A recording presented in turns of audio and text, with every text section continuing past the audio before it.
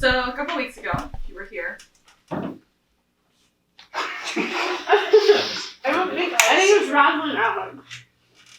Was I here last? A couple weeks ago. For Bridget's talk, we heard about the vocation of marriage using the example of St. Gianna Molla. So today I'm going to talk about the vocation of religious life with the example of St. Francis of Assisi. But before I get too much into him, I want to talk about what religious life is. And I'll start by talking about what it is not. Religious life is not a plan B vocation. It's not if I don't find someone to marry, I'll just become a monk or a nun. Or that relationship didn't work out, maybe I'm just meant to be a hermit for the rest of my life. It is just as equally valid of a vocation as marriage is. And just like a vocation of marriage, you're called to it. So you don't really just decide to do it one day. The desire exists within your heart. Religious life is also not the same thing as the priesthood. There are different vows taken, known as the evangelical counsels, in religious life compared to the priesthood. Priests are an image of Christ and they shepherd their flock, whereas religious are among the flock and live a radically different life from the world as witness to life of heaven.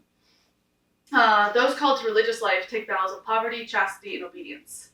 These are what are known as the evangelical counsels.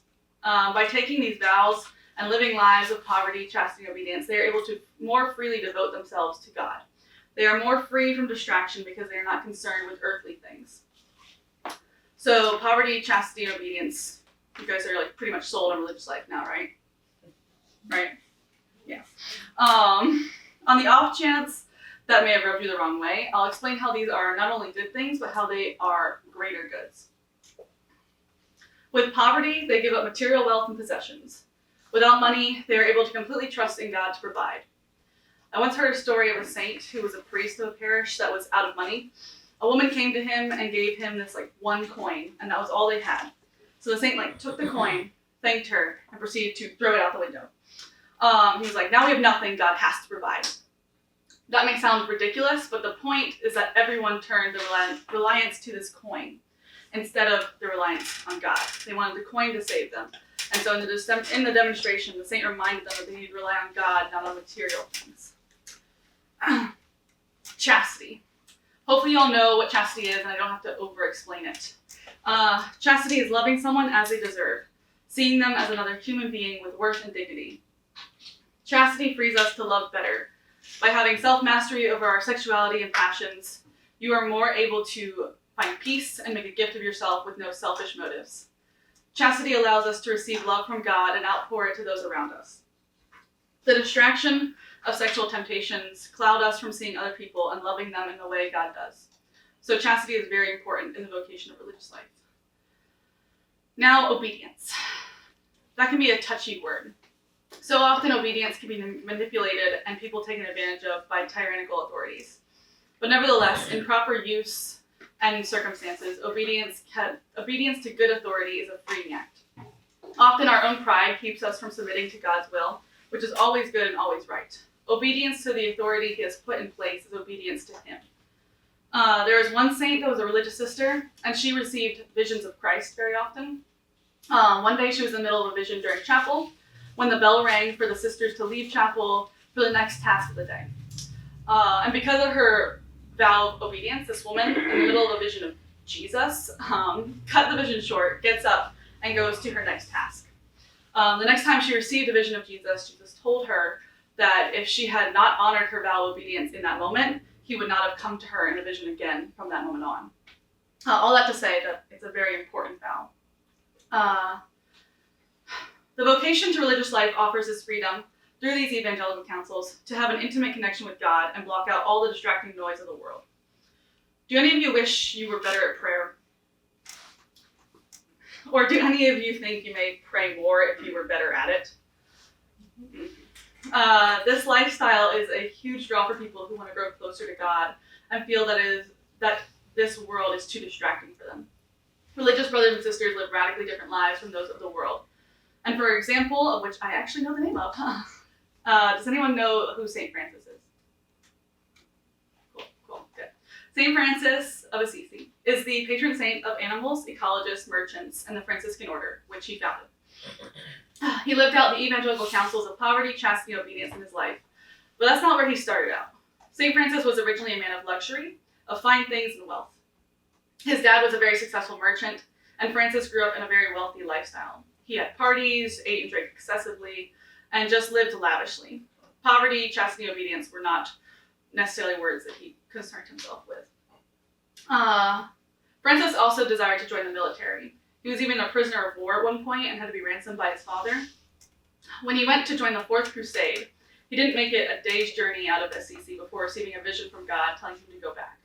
And from that point on, he gave up his luxurious ways and began to live life for God. One day, he was praying in an old church of San Damiano when he had a vision of Jesus telling him to rebuild his church that was falling apart.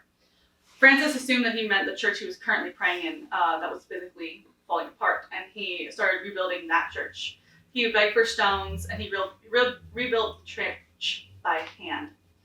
But God didn't just want him to rebuild the small church building. He wanted him to rebuild the big C church, the body of Christ. St. Francis preached about obedience to the church. He honored the authority of the church despite the sins of its members.